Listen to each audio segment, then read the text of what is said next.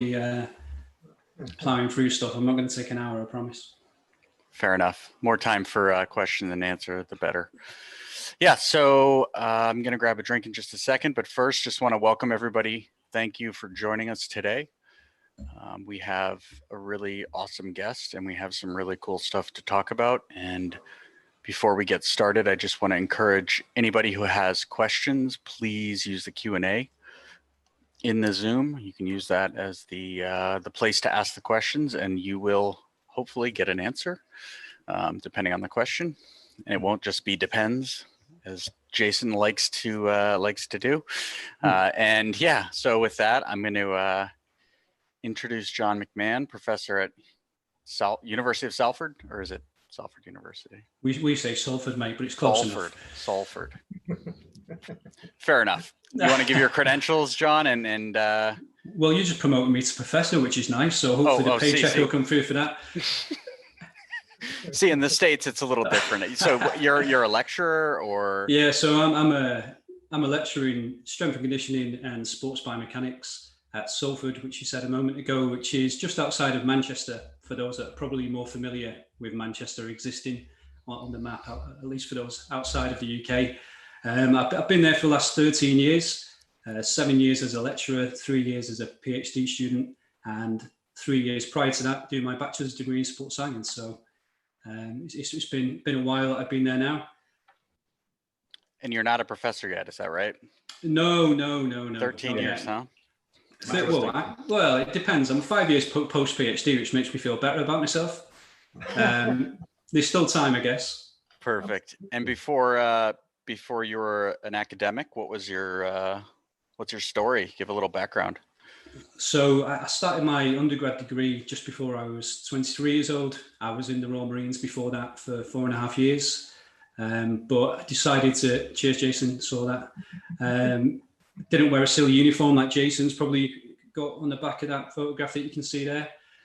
So yeah, 4.5 years in the Marines, decided to come out and move back up to Manchester. Salford is literally a mile out of Manchester city centre, close to where I grew up. And I really started sports science on a whim, really. To be honest with you, I had no real intention of becoming an academic. It just kind of fell into place for me through the opportunities that I was lucky enough to have. So I kind of didn't intend on being there for 13 years, but I'm certainly grateful that I have been, and it's been a good journey. We're a progressive group in terms of our research and our teaching. We spark quite a lot of interest in strength and conditioning in particular, and we still seem to be learning quite a lot and enjoying each other's company, which is the main thing, and progressing as a team. So I'm quite happy where I am, albeit it's quite an unusual time for everybody at the moment, and we're spending more time in situations like this, which for today, for example, I really appreciate you giving us the opportunity just to talk about a topic that both myself and Jason in particular are really passionate about and interested in, and probably borderline obsessed with as well. I would imagine Jason would agree with that. So yeah, I'm certainly excited to talk about some of the recent research we've been doing, and happy to take as many questions as we can fit into the session. I'm just going to interrupt you there briefly, John, because I think you haven't really sold yourself. For my money, the guys up at Salford, so Paul Comfort, John McMahon and Paul Jones, probably run the best master's degree in strength and conditioning. And their strength and conditioning lab is absolutely unbelievable. And some of the work that's coming out of it, well, not some of it, all of the work that comes out of that university, and there's a lot of it, is awesome. You know, if you follow any of the work done by guys like Tom DeSantos, Paul John or Paul Jones, and any of the other guys like Nick Ripley and various others, you'll know that the standard of the work that comes out of there is absolutely brilliant. It's mainly down to John, Paul Jones and Paul Comfort. So, you know, really need to sort of big John up a little bit of that. And from an applied perspective, John's probably my go-to person for, you know, whenever I have a stupid idea or whenever he has a stupid idea, you know, we discuss it. And an awful lot of the stuff that I've supposedly come up with recently really wasn't just down to me. It's normally the product of a conversation with John. Yeah, cheers, Jason. That sounds better coming from you, right? No, I second that as well. I think Jason makes a really good point. And John, Jason and I discuss your work a lot. So it's really awesome to have you here. And, you know, I think that's enough hyping. I think we should jump right into it. But I don't want to downplay it. I mean, honestly, I think your research and especially the way that you present it and the way that you show it, I think is incredibly useful. For somebody like myself, right, who doesn't have the credentials there, it's been incredibly helpful to better understand what I'm doing with my life, right? What is our what is our whole deal? And I think it's rare that you find that mix where it's intellectually stimulating and interesting, but also decipherable, I guess the best way to put it. And you do a great job with your infographics, especially, and your visuals are amazing.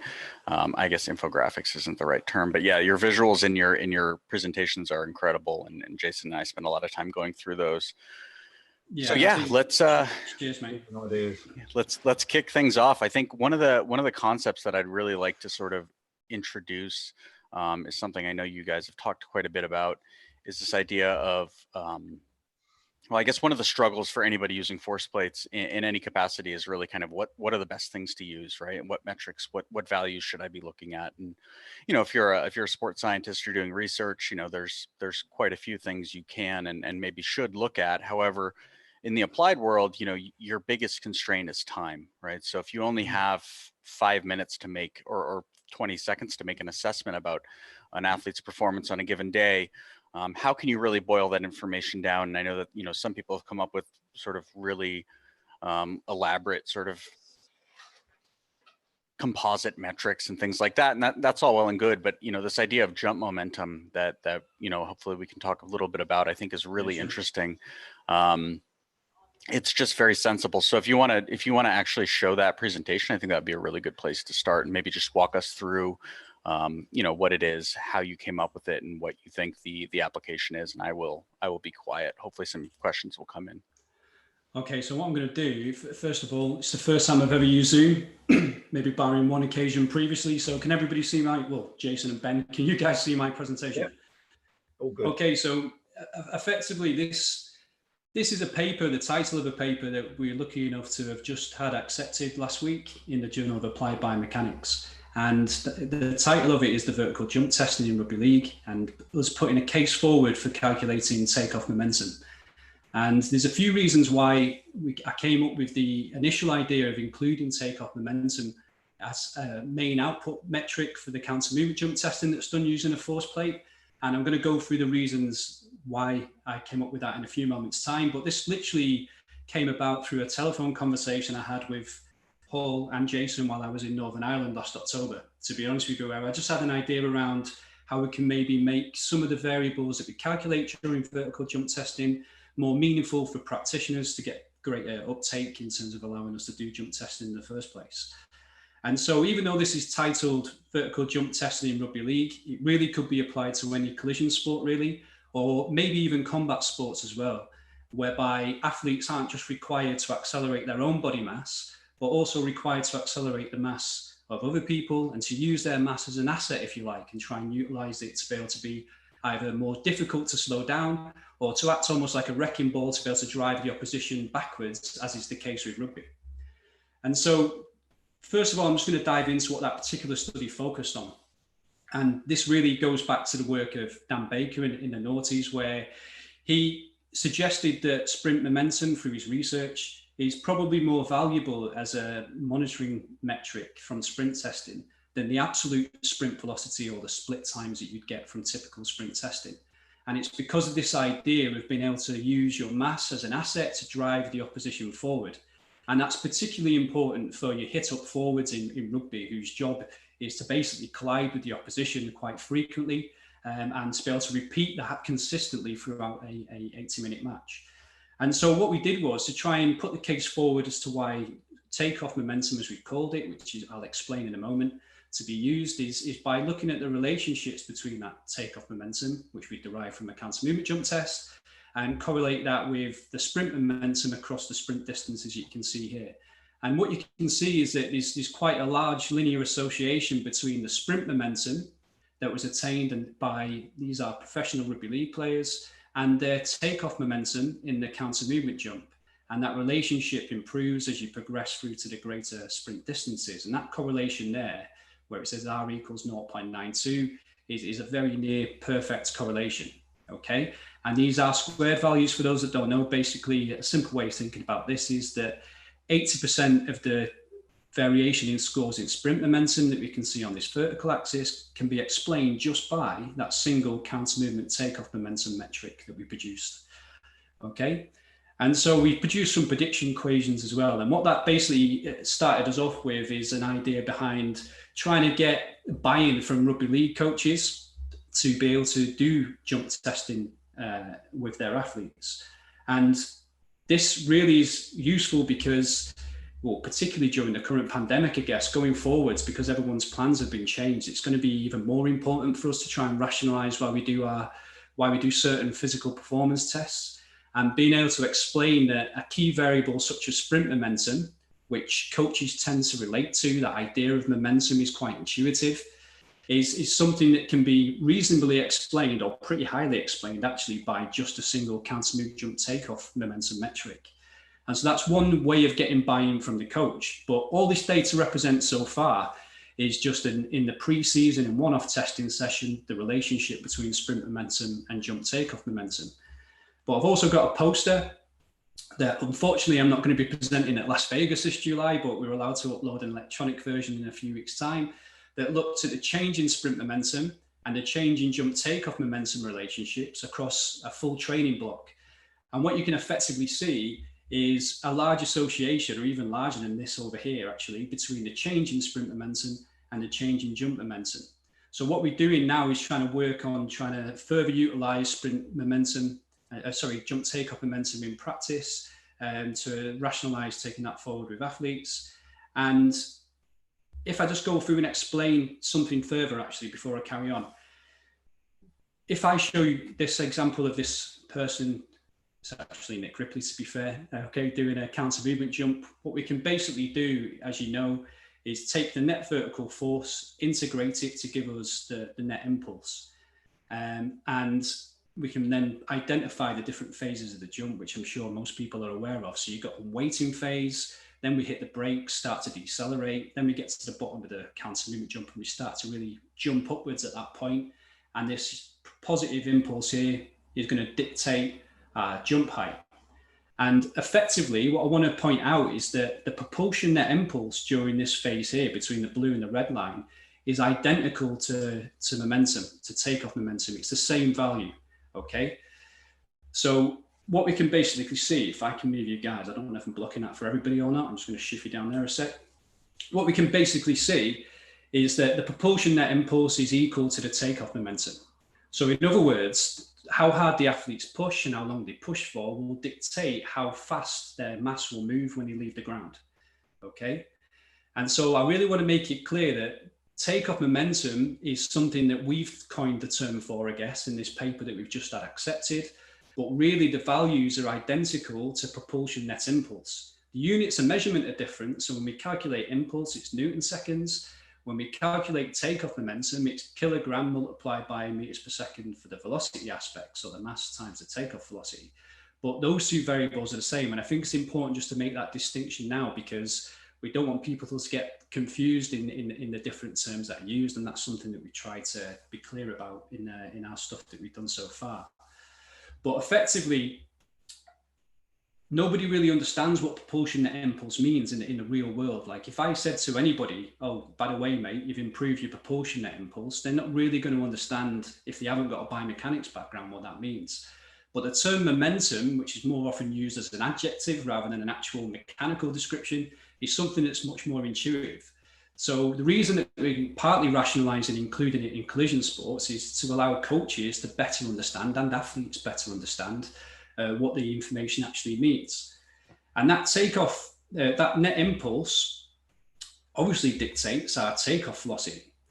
Okay, so you've got takeoff velocity that is linked directly to jump height. All right, so if we go back here, we can see, you know, on this right hand side that the speed that you leave the ground with will dictate the jump height. And we know exactly how fast somebody should have left the ground to achieve a given jump height. All right. Those two variables are inextricably linked. And remember, momentum is takeoff velocity multiplied by mass, all right?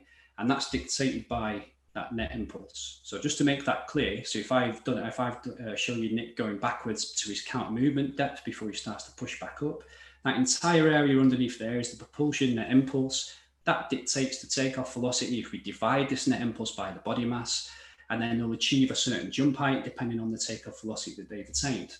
However, in rugby and other collision sports, these variables are biased towards lighter athletes, right? So if we take the same propulsion net impulse for two athletes and we divide that by two different body masses, the heavier athlete is going to attain a lower takeoff velocity because it's more difficult to push a heavier mass at a higher speed. The only way you can do that is by applying a larger force to your mass, right? And in rugby league in particular, all the variables are typically biased towards lighter athletes. So you find usually it's jump height, RSI mod, which has got jump height in its calculation, and then power, both peak and mean, that are relative to the athlete's body mass. So these are all biased towards lighter athletes, which is all well and good if you're interested in the absolute ability to accelerate your own mass. But if you're in a combat sport situation and you're actually interested in how athletes utilize their mass as an asset, then it's not really going to be telling you the full story. And this is an example that illustrates that. If I take three athletes with three different body masses, their takeoff momentum, again, which is the same as propulsion net impulse, for that to be 239 kilograms per meters per second, a 110 kilo athlete would have to jump 24 centimeters to achieve that. Whereas a 90 kilo athlete would have to jump 36 centimeters to achieve that. So the other reason that we rationalize bringing in takeoff momentum with collision sport athletes is if you have a forward, which are typically heavier in rugby league, and they only jump, say, 26 centimeters, and jump height is your only metric of interest that you're actually reporting for those athletes at different time points. But you've got a lighter athlete, like 90 kilos, that's jumping 30, you would automatically think that the person that's jumped 26 centimeters hasn't performed as well as the athlete that's jumped 30.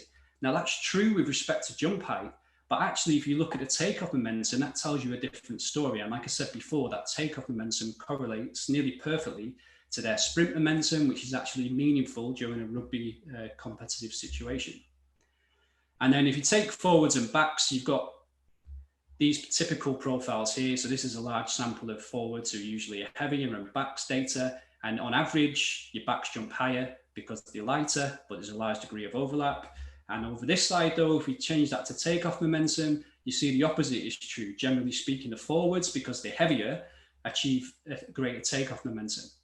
All right, so this is to really get people thinking about what variables actually matter for the sports that they're working with or for given positions within their athlete sport. But at the same time, what I'm not suggesting is that the ability to move your own mass as fast as possible isn't important. Of course it is, because there are going to be situations where you still want to break away from the opposition. You might want to beat an opponent to a ball. Okay, that depends on your absolute ability to move your mass as fast as possible. But clearly in rugby and other collision sports, both forwards and backs, although backs to a lesser extent, are still going to be involved in multiple collisions in a game. And so their body mass needs to also be relatively high. There's coincidence that these guys have among the higher body masses of all team sport athletes that you're likely to see. And so really, it might be that for forwards, you want to focus for some of them just getting faster, but for others, you want to focus on them improving their momentum if they're a hit-up forward that's involved in quite a lot of repeated collisions in the match. And so it's really to try and get a better understanding about identifying what's actually important to those athletes. Now, just to finish off on this, really, I've got some stuff that I started writing a paper yesterday and I finished it this morning. I'm not even joking, I had the data, but I managed to knock it together. What I've done for this, and you guys are the first people to see this, is to then try and work out whether athletes are actually using their mass effectively.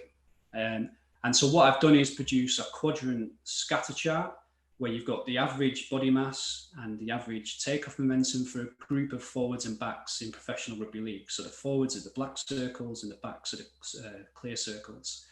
And what we want really is if the athletes are heavy, they've got a higher mass, they're going to be in the high momentum category with respect to takeoff momentum. And you can see that this takeoff momentum is largely dictated by body mass. There's a linear relationship, and 75% of the takeoff momentum scores are explained just by the athlete's body mass. The remaining 25% is explained by their takeoff velocity. all right? But you've got some guys in this situation here, if we really tease this out, where there's a cluster of forwards that have fallen into this high body mass but low momentum category. And so the reason that I've started to put this data is because if we're trying to utilize momentum as a way of identifying athletes whose sport relies on them being able to use their mass as an asset in their sport, we want to identify those that are heavy, but perhaps aren't utilizing that mass effectively. And what you can then do in this situation is tease out the absolute beast. Like, for example, you've got a person here that, let me just move this a second, is about 118 kilos and still jumping 41 centimeters. That is somebody that you don't want to be standing in front of when you're running at you.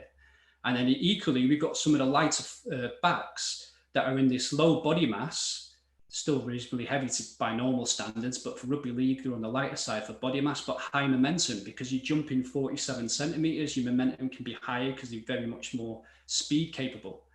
And 47 centimeters, by the way, places them in about the top 3% for typical professional rugby league counter movement jump heights.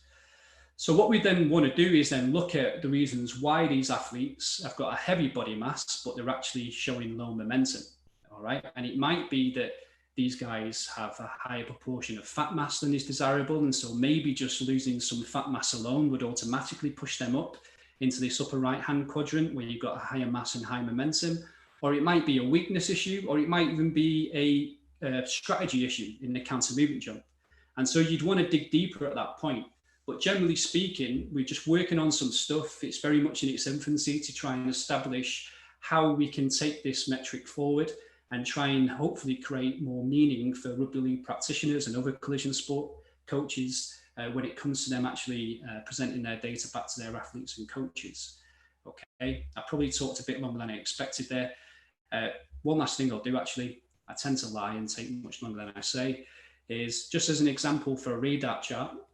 If I just bring this in for a second, another example of this is if you've got a low jump height for a given athlete, and that's what you're reporting, and that is below the squad average or your normative data average, which is represented by that grey line, you might interpret that as a negative result, whereas actually this athlete is quite heavy. So if we change that to jump momentum at the top instead of jump height, then all of a sudden you're bang in line with where you're expecting them to be for a rugby league athlete of equivalent standards, or the other squad members that they're being compared to. And so really, I probably went off on a bit of a tangent there, so I'm happy for you guys to drop back in, but effectively we feel like it's got some mileage. I don't want people to think that it's difference proportion net impulse. It isn't. It's just a more intuitive name and something that's commonly used in rugby anyway, about gaining momentum to drive the opposition back, etc. And the most important thing is if body mass is considered an asset, then we should be also factoring that into some of the metrics that we report following our counter movement jump testing. John, that was awesome. Nailed it. I mean, that's just so simple. When Jason and I were originally talking about this, I think I'm like, wait a second, and Jason's like, yeah, that's net impulse. It's the same. Yeah. Yeah. And I was like, all right. Yeah. So in the paper, we make that clear. It's an identical number, but different units. But it's arguably more intuitive to everybody. If you say net impulse to most people, it doesn't really mean much. That idea of momentum, even if it's just you getting through your workload quicker than usual, people get the idea of building momentum about that, things accumulating, getting bigger or moving faster, more efficiently, or whatever it might be. So I feel like it's quite a useful term, particularly for collision sport athletes. But like I say, we're very much in the infancy in terms of exploring its utility, really. Well, I think you'll see it in our software pretty soon. So excellent. That'd be great. It just makes sense. I think I also love the idea of having more specific to types of sport. I think that's really helpful. It's one of the biggest questions that we get. And then the other layer of just being able to communicate it to your athletes, right? Trying to motivate them with something more than simply jump height. Can I just say one more thing? Like the thing is as well, if an athlete changes their body mass between testing time points, so usually collision sport athletes, they might lose a bit of mass over the off season, they come back in, you might gain 5 or 6 kilos during the preseason. Their jump height might stay the same, and you might interpret that as a scientist, there's no change. But actually these buggers are 5 kilos heavier or whatever, all of a sudden despite being 5 kilos heavier, they can still achieve the same takeoff velocity, and therefore their momentum's greater. So it's not a negative finding. So I'm hoping, like people like me that have made the mistake in the past, where you've reported a declination in jump height without considering the other variables, actually, will hopefully be able to feel a bit better about their programs and show that actually, despite them dropping a little bit in terms of or maintaining velocity at takeoff and jump height, they've actually been able to do that and be heavier, and therefore they're a more effective wrecking ball then in a game-based situation. Totally. I think it's awesome. Did you say that 47 centimeters is top 3% of professional rugby league players? Yeah, so out of we had a paper it's not even published ahead of print yet. It was accepted a few weeks ago, where we basically used percentiles for 104 professional rugby league players in the UK. And yeah, I've got it on my screen here. I won't show you guys, but so 97 centile, 46.2 centimeters for a back would place you in the 97 centile, and 43 centimeters for a forward. I take it those numbers are much less than you would expect based on the way you posed that question.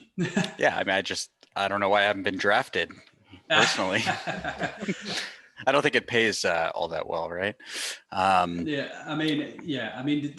are some absolute phenomenal athletes that you do test, but based on the typical data that we've collected, which is only taken usually at the start of the preseason, I might add as well. So this doesn't reflect once they're in the full swing of their training programs, but yeah, that's what made us realise the just jump mat was overestimating so much when I compared myself to some of the scores we're getting on the force plate, and I'm thinking, there's no way I'm outperforming some of these guys. Yeah, Jason might even perform well with the just jump. Yeah, he might even jump 10 centimeters, Jason. That's what I bought one.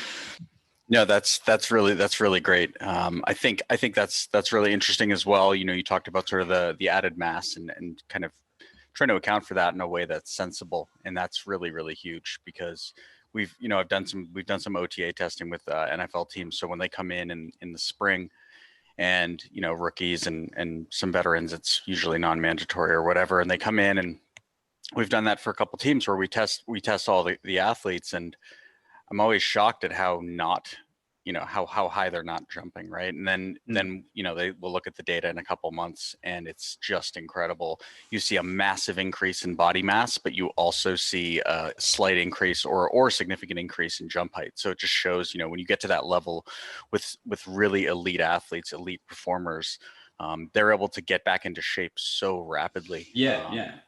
And the thing is, when you look at across academy age groups, as well as those guys get older, they usually obviously get taller and heavier, and it gets to a point where there's not much difference in the absolute sprint and jump performances between, say, your under 19s in rugby and your senior athletes, but the senior players might be 10 or 12 kilos heavier. Right. And so again, exactly. It's just about understanding why there aren't differences, or why there are differences, by accounting for changes in mass and height as well, which is typically not done all that much in the literature, at least anyway, in terms of CMJ testing and things. Yeah, we've talked about adding that into our system, is adding the ability to input athlete height, because I think it's interesting. I think you can get a lot more information over a large data set if you include heights, ages, additional data points. But Jason, do you have anything to add about jump momentum? Oh, I really like the way you've interpreted that with the development of those quadrants, because I think that gives you a really easy to understand way of identifying people that need to work in a particular area. And I think taking something that's potentially quite complicated or abstract in the form of impulse and transferring it into something, translating it into something that's actually got the utility from an applied perspective is really, really useful, obviously. I think that's great. And, to be able to produce a visual like that is fantastic, because you can look at that and think, yeah, cool. These are the individuals that need to work on this area. These are the individuals that need to work on that area. And it just simplifies things. It makes the stuff that we do useful.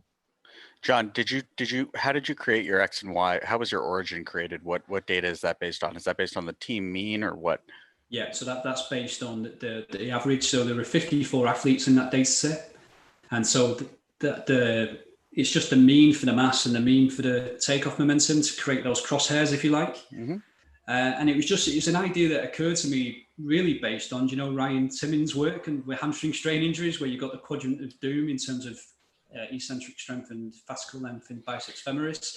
It's that same kind of idea where just visually it shows you where the athletes are placed with respect to the larger data set, because like I say, I'm kind of very much interested in trying to make things simpler and to visually provide something that people can understand.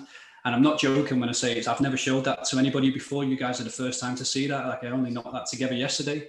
So I'm glad that your response, at least, I don't know about the people listening, but your response is that it seems quite good. So, but I'm happy to tweak it if people feel like something else needs to happen. We're literally working on a report just like that, giving you the ability to graph things in that way. And that was why I asked the question, because one of the big questions is, how do we determine, and then I think you base it off of the data set that you're looking at, right? So if it's a whole team, then you use that mean. And it's interesting because you will find, for some sport like football, American football, the differences between a lineman and a defensive back are dramatic. They might be, I don't know, in kilos, you might find a 30 kilo difference between them in body weight. So if not even more, much more. So it's really cool to be able to show kind of, and to have a little bit of an equalizer. I think that's really what it comes down to. So we have a couple of questions right now. I think we'll get to those before we jump into the next mini presentation, if you're up for it. So absolutely, mate. Danny asks, if a person gains weight but maintains the same jump height, it would be a good thing since it means a greater momentum. However, if this greater jump height is achieved from changing the jump strategy with a greater counter movement depth, would it still be considered an improvement? Or would a certain level of certain level of improvement in momentum be required in order to offset the so this is a complicated one. I know what he's asking, but yeah, no, I think I get it.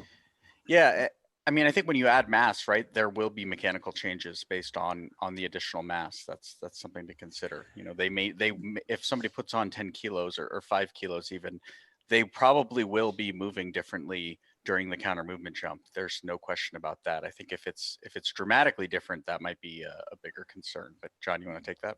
Yeah, so you always want to go back to unpacking the variables, don't you? So if you take it back to impulse for a minute, so if they've got the same propulsion net impulse and therefore the same takeoff momentum because they've jumped the same height, but they're heavier, then if you strip it back and then look at the mean force produced during that propulsion phase and the propulsion phase time, you'd then be able to work out whether that impulse was achieved in the same way or not. Because you're right, if you push harder but spend longer on the ground, then that isn't necessarily going to be perceived to be a positive adaptation. And generally speaking, in rugby, we had another paper. I know it seems like plug central for our papers here, but we had another paper accepted before Christmas where we plotted the counter movement depth with respect to the time to take off. And it's again fairly linear that generally speaking, if you go through a greater range of motion, it's at the cost of extending the time to take off, but not always. And so you'd want to look at your strategy variables 100%. Jason and I typically go for a selection of strategy variables, or Jason might refer to them as driver variables and different things, but effectively output variables with strategy variables to try and explain or establish cause and effect as to why that strategy has changed, or the output's changed, or stayed the same, or whatever the situation is. But for sure, but then equally, what's important, I think, with a counter movement depth is to ask whether they actually change their body height as well across that period. Because if that's a youth athlete, they might be growing in height and mass at the same time, and therefore they've got a greater distance available to them to be able to push through before they leave the ground. Now, in the short term, that might come at the expense of a longer time to take off. But again, with appropriate strength and ballistic training, hopefully they'll be able to go through that larger distance in a shorter time. Because that's really what we want. I don't think the constraints really are being placed on the counter movement depth. We always talk about the ability to produce force rapidly. If you've got an athlete that can literally flex and extend ankles, knees, and hips at a much higher velocity over a shorter period of time, and then attain a greater output, I mean, that's the holy grail, right? And if they're heavier in a collision sport as well, then that person's going to absolutely flatten the opposition when they run into them, you would expect. And so, yeah, there are certain strategy variables that do need to be considered always. And we've also tried expressing counter movement depth or displacement to the athlete's standing center of mass height as well. Because obviously if you're taller, you've naturally got a greater distance that you can push through. before you leave the ground, which is kind of okay to then standardize the way you test and interpret athletes' data. But a bit like body mass, if you're taller, a taller athlete is going to probably be able to get off the floor to a greater height anyway. And there's no point in moaning about that. That just is what it is. If I jump 33 centimeters and I'm 5'9", a 6'6" person doesn't even have to jump, and they're already higher than I am when it comes to like an aerial based situation. So I think it's sometimes important just to remind people to step back away from the data and explore the bigger picture. And in fact, including height, like we're including mass, is probably another way of progressing this forward and looking at their the height of their center of mass before they leave the ground as well, which we don't do at the minute. We take the displacement, the jump height is the displacement from when they leave the ground to when you reach the peak. And that's standardized, but some of your athletes are going to be 10 to 12 centimeters higher up off the floor in the first place by the time they reach that point. But that's probably more important for like your jump-based sports like volleyball, basketball, etc. I would imagine, where the jump and reach is more important. Nice. I mean, the really cool thing with that is that you actually add in, or we're recommending that you add some variables or some metrics, not to overcomplicate or to increase the complexity of your explanation, to actually simplify the story you're trying to tell.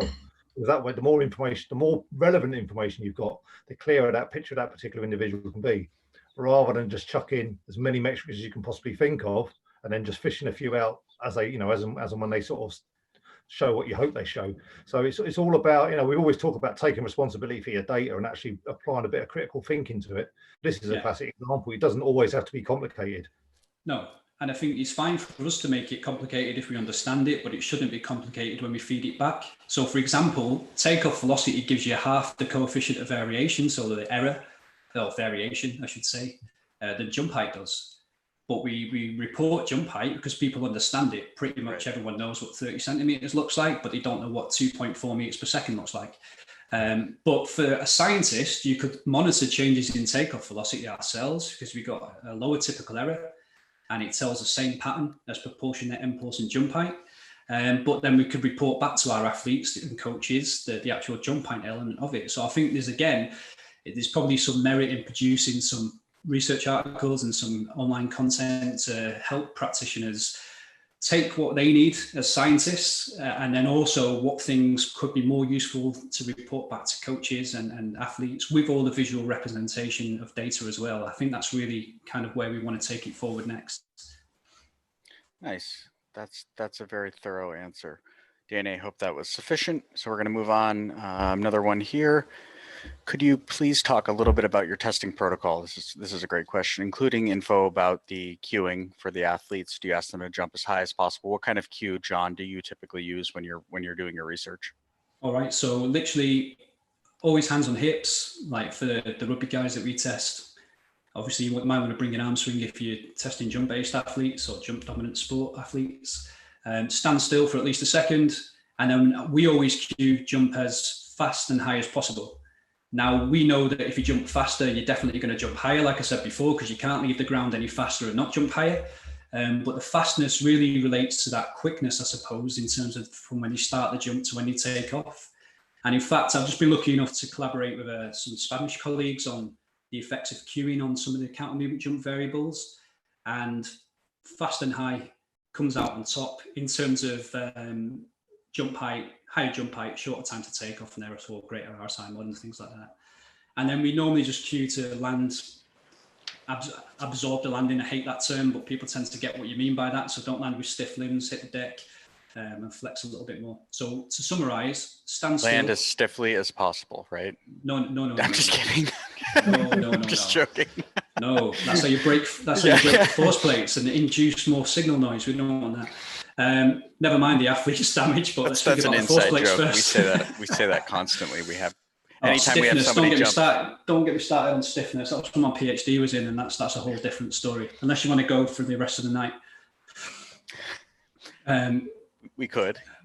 Yeah, so fast and high, and as long as you're consistent, actually, that's the most important thing, because as soon as you change your cues, you're going to change the strategy, and if you change the strategy, then really what you're not seeing is likely a physiological change in the athlete's ability. It's just the fact you've told them to do something different.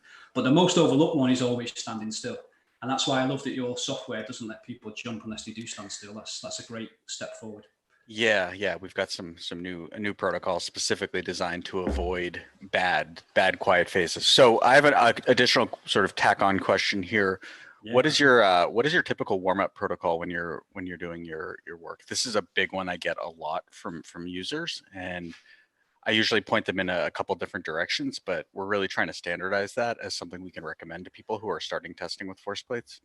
Yeah, we have different approaches usually. Like if we're testing our own students where we've got full control from when they come into the lab to when you do the testing, then it's generally your typical ramp warm-up, finishing off with some dynamic stretches and some sub-maximal jumps just to make sure that the cueing's there, that they're familiar with. We never really test anybody unless they've been familiarized with the protocol.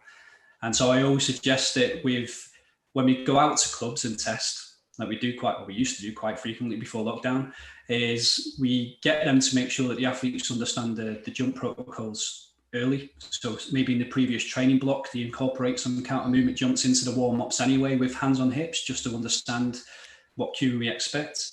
But with team sport athletes, because we tend to be an outside organization that comes in to provide them a service through taking some force-based measurements, not just jumps, but iso pulls and some other bits and pieces, it tends to be their strength and conditioning coach that takes their warm-up. Sure. Now, so that will vary somewhat between different clubs, depending on what session they actually have on that day. We normally sneak in, at the start of a training session to do our testing.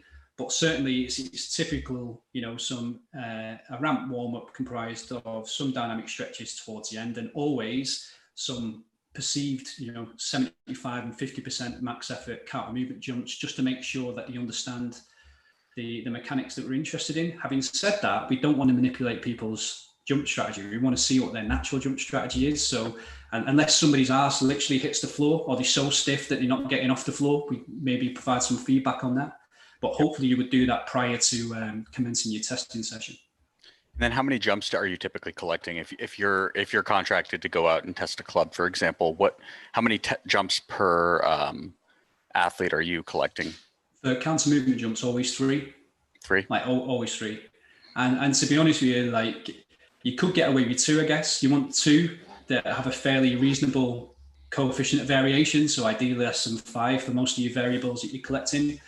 You don't want people obviously doing one, and that's something that we get asked quite a lot, because we don't want to be seen as an inconvenience to their plans basically for the day. But sure. I would never go in and test anybody unless they let us collect at least 3. And sometimes we have to get them to repeat the jumps if they haven't stood still and things. Yep. But that's normally not too bad after a little bit of familiarization, to be honest with you. Nice. Perfect. So we have a couple more questions. To calculate the jump momentum,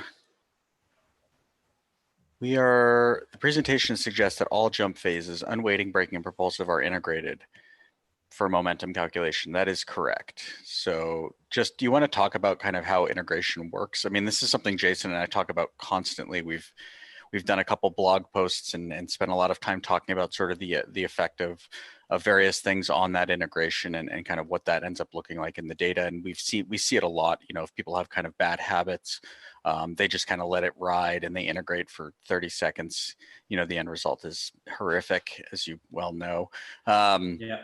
But I think understanding how these metrics, how these things are actually derived, I think is really important. You don't need to have sort of the deep dive understanding of what the actual formulas are necessarily, but understanding the general concept would be a nice refresher. Jason's obviously done this a number of times on here, but I think, John, if you want to kind of walk through that a little bit, that might be helpful for some of the viewers. No, but I'll try my best. Right. So essentially, you have to integrate from at least the counter movement jump start. You could go from the moment when the athlete stood still, so when you take that 1 second weighing phase, to be fair, all the way through that full first force time curve to be able to generate all your variables of interest. So the reason I showed that on the slide a few moments ago is that that's the process you have to go through to be able to get what I was talking about, just the propulsion net impulse, which is the same as the takeoff momentum.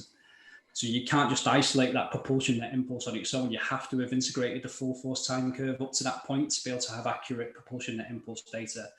But integration is one of those things that I refer to as the boring stuff that people like myself and Jason and you guys will be more concerned with. But effectively, what that enables to do is generate this plethora of variables that you could potentially utilize for your athlete monitoring.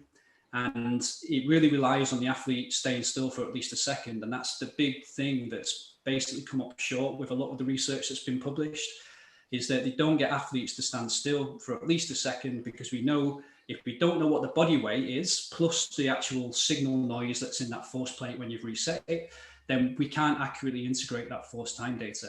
And what we basically do is we're interested in how the athlete accelerates their own body mass. So the first thing we do is we subtract body weight from the entire force time curve, because you will have obviously elements of that ground reaction force that is just body weight. It doesn't represent acceleration of that athlete's weight. And then we literally divide that by mass to get acceleration. We multiply it by time to get velocity. We multiply that by time to get displacement. And then if you were interested, you could piss around and multiply force times velocity to get power and things like that, if you felt the need to. And it's just a process of the mathematics that's all based on Newton's laws to get from what we only get from the force plate originally, which is just force and time, to then allow us to build more of a profile around the actual underpinning kinematics, I guess, so the acceleration, the velocity and the displacement that cause a particular outcome, in this case, jump height, for example. So we've got a paper that's called Understanding the Key Phases of the Counter Movement Jump Force Time Curve, and we've had a bash at trying to explain it in there. And I know Jason's blogs have been fantastic, by the way, in really... I've sent that paper to like pretty much every single one of our users. So it's just, it nails it. But Jason's blogs that you guys have been publishing, I think have been really, really well received, because you're simplifying what is often the scary bit. When it comes to students processing the data, they're like, Jesus, what am I supposed to be doing with this? When you just give them a squiggly line and tell them to crack on with one of our Excel spreadsheets. But effectively, the important thing for the practitioners to know, if they're relying on a company like your own, is to at least understand how the integration was done, and to make sure it's always stayed the same and it hasn't been updated on the cloud server without you knowing about it. So that's going to induce changes over time. And if you're going to publish that data, which we strongly encourage, we need many more practitioners who now have access to force plates to really try and publish that data in peer-reviewed journals. If you get somebody like me or Jason peer-reviewing your work, then we're going to ask you how the stuff was calculated in the first place. So I think you just need to take accountability for the data that you're collecting and then liaise with your product supplier to really understand where that data's.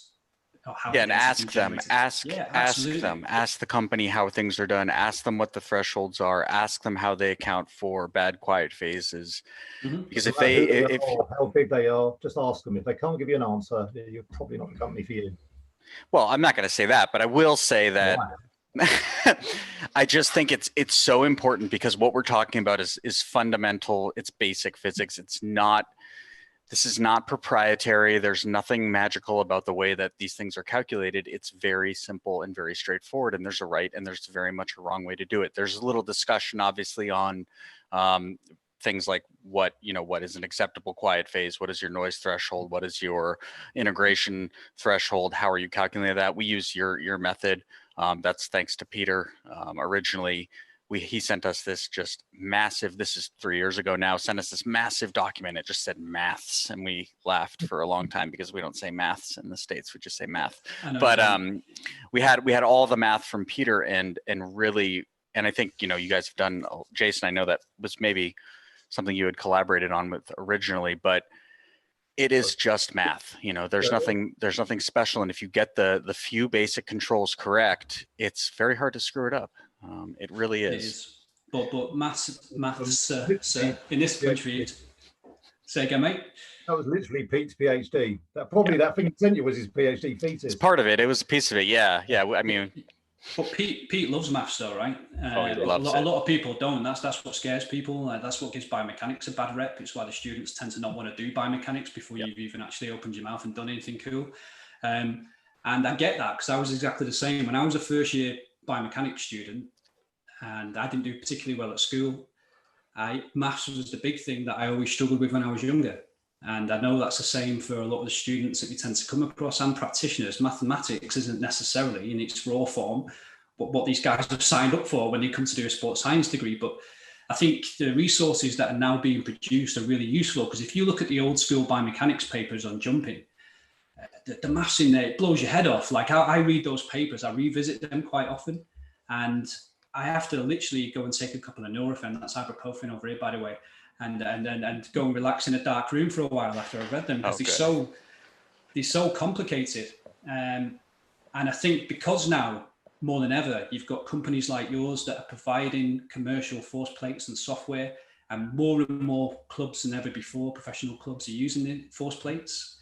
It's more important than ever before to generate the learning resources to really explain to people the stuff that they need to know, or at least need to have a document that they can access, or some online content they can access if they do need to know it at some point. Totally. Hey, I've got two more questions, and I want to get to both of them. One of them is one I was hoping we could talk about, and then the other one is a really good one as well from Kelvin. But first, we're going to go with Husan, who asks, there are some clear differences in literature as to what the phases of eccentric duration consist of.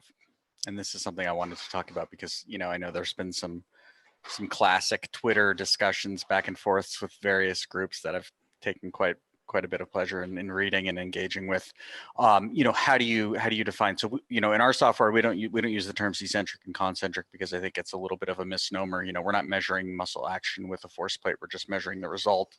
And the only thing we use for determining phases in our software is the velocity, right? So the magnitude, direction of the velocity, that's how you determine which phase is occurring. And I think for me, like as a non-PhD meathead, like that to me is the most sensible approach, because what am I know what direction their body's traveling, and I know what direction their velocity is heading. So for us, the unweighting phase consists of negative velocity that's descending, so it's getting lower. As soon as that velocity starts to slow down, head up towards zero, we call that the braking phase.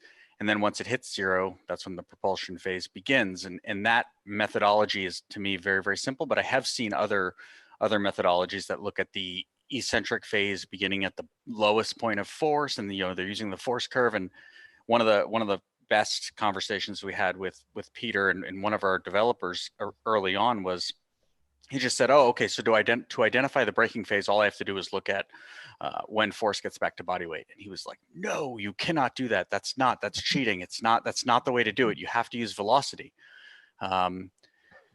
And that's he, he's just said, that's the lazy way to do it. And it works. It does work because it always lines up. But at the same time, I think if you start taking shortcuts for things like that, next thing you know, you've taken a lot of shortcuts and now you're getting things wrong. So how do you define the unweighting versus braking versus propulsive phases? I know it's the same way we do, but if you want to just talk briefly on that, that would be good. Yeah. So first of all, like you're right, you can't infer muscle actions, I'm trying to say, because actually I did my PhD looking at muscle tendon interaction of the calves and the quads during hopping and jumping. And there are certain conditions where you've got short contact times in particular, where the muscle can actually be shortening during the eccentric phase. Like, figure that one out. So the muscle tendon unit's lengthening, but it's mainly the tendinous tissue that's actually lengthening, and the fascicles themselves are shortening during the point where you're descending down towards the ground.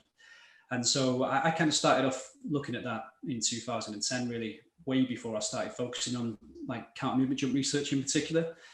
And so I've always been one for trying to be clear about, when we say eccentric and concentric, what is it that we're referring to? Is it based on the joint actions? Is it based on the muscle tendon unit interactions? Is it based on a fascicle level? And to be honest with you, you get a different description depending on which study you read.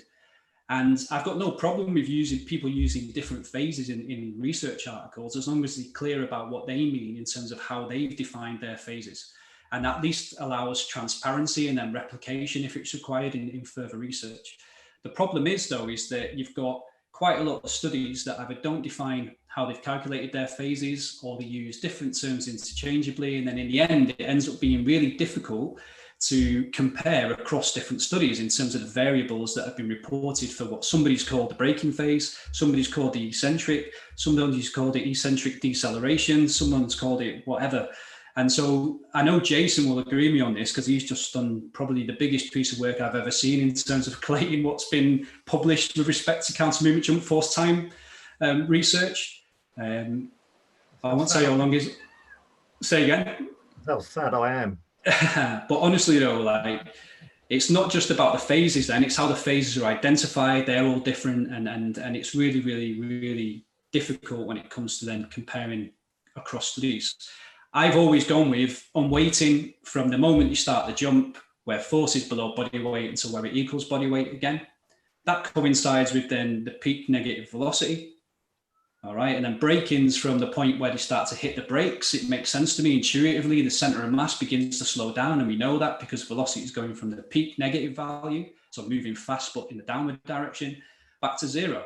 And then braking makes sense because it's like if you're driving your car, you hit the brakes, you expect to slow down. We know at that point between when you start braking to when you end braking, you've gone from whatever their peak negative speed was to zero speed, because otherwise you need to get your brakes tested. If you don't reach zero, we know it's going to be zero at the bottom, right? And then from that point, propulsion is slightly more easy to understand. It's from the point from that zero velocity where you begin to extend, move in the upward direction, and then all the way through to takeoff. But then, of course, you could break that down into propulsion deceleration phase, because you end up picking up the weight of your shanks and your feet just before you take off. And that's why peak velocity occurs just before you take off, and you get a slight dip before you leave the ground. And that's why actually it's important to consider this for heavier people.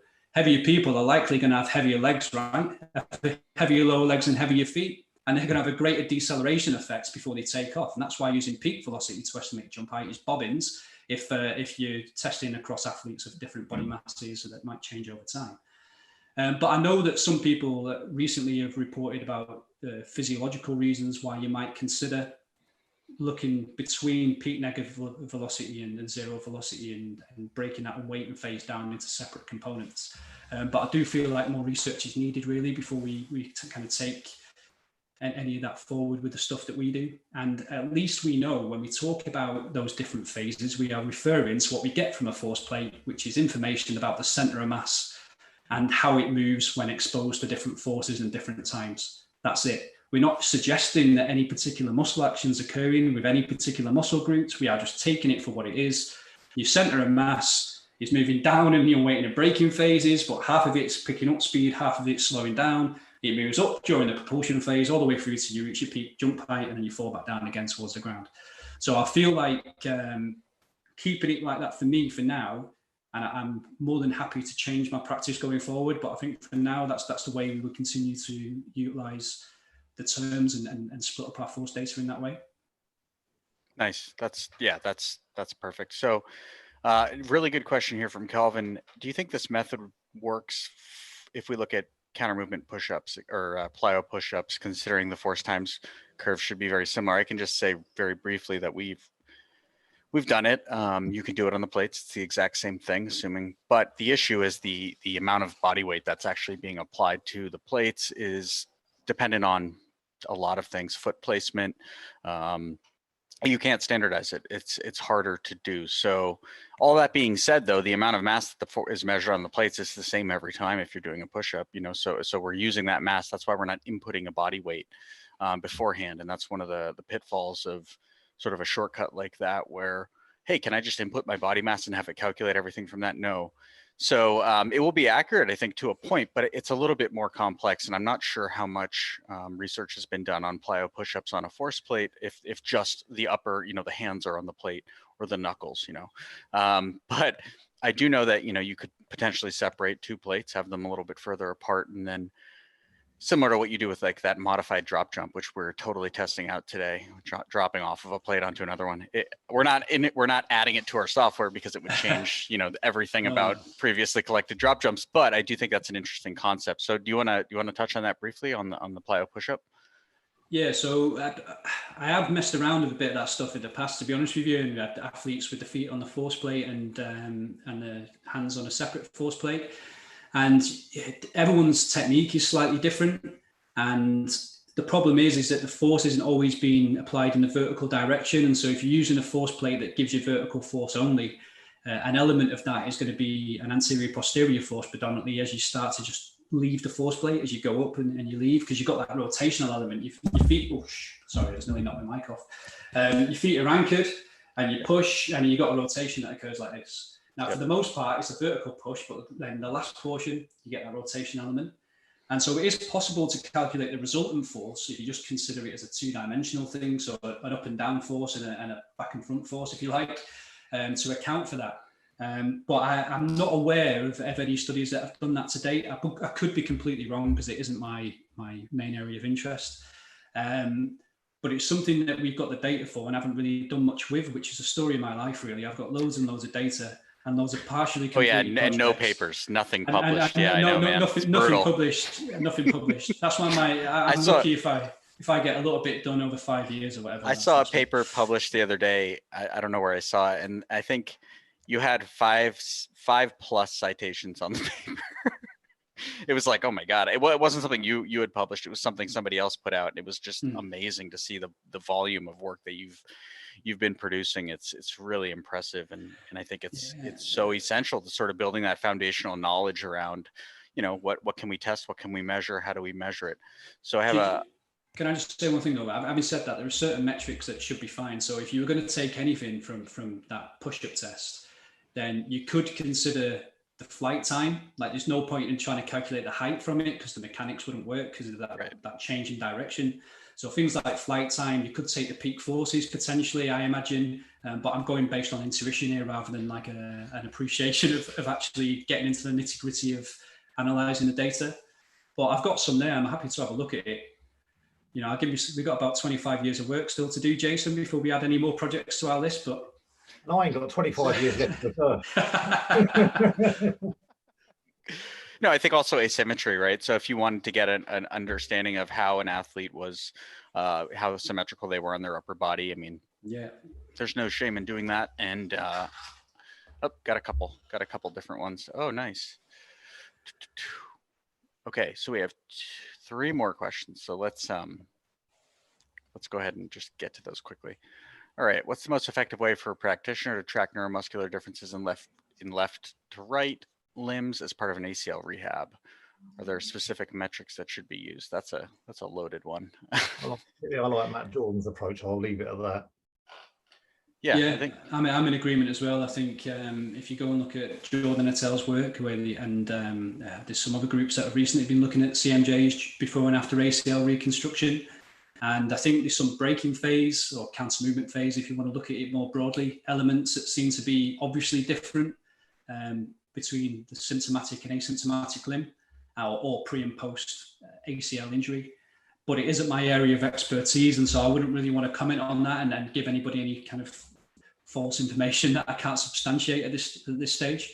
So go and have a look at it. It's Matt Jordan, isn't it? Yeah, 2014 and 2018, the 2 main papers. Go and have a look at Matt Jordan on his social media. I'm sure great. you'll find some interesting articles on that. Definitely.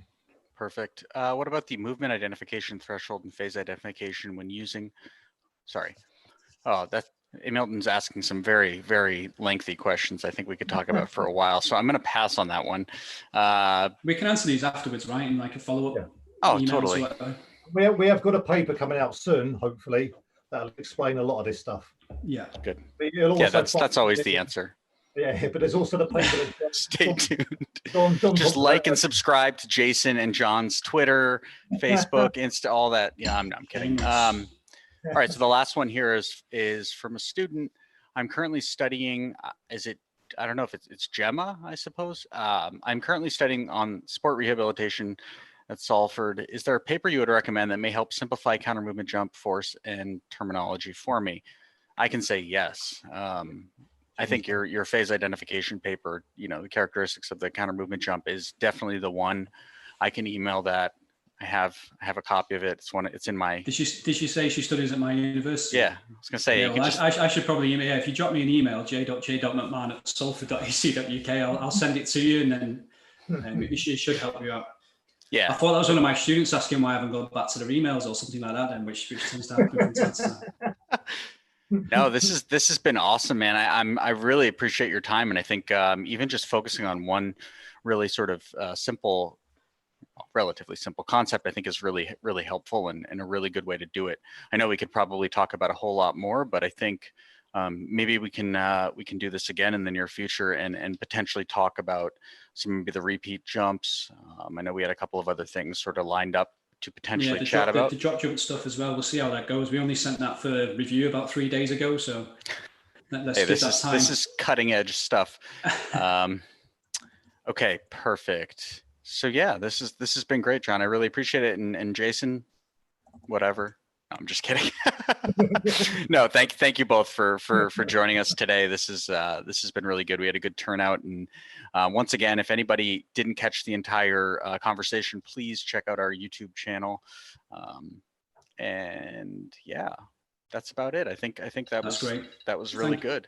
Thank you so much for inviting me to do it. I'm more than happy to come back whenever you like. You will be invited. Yeah, again. I'm not going anywhere at the moment anyway, so let's make the most of it. Perfect. Awesome. Thanks to everybody for joining us today, and we'll be back hopefully next week. Cheers, John. Cheers, Jace. Take care, guys.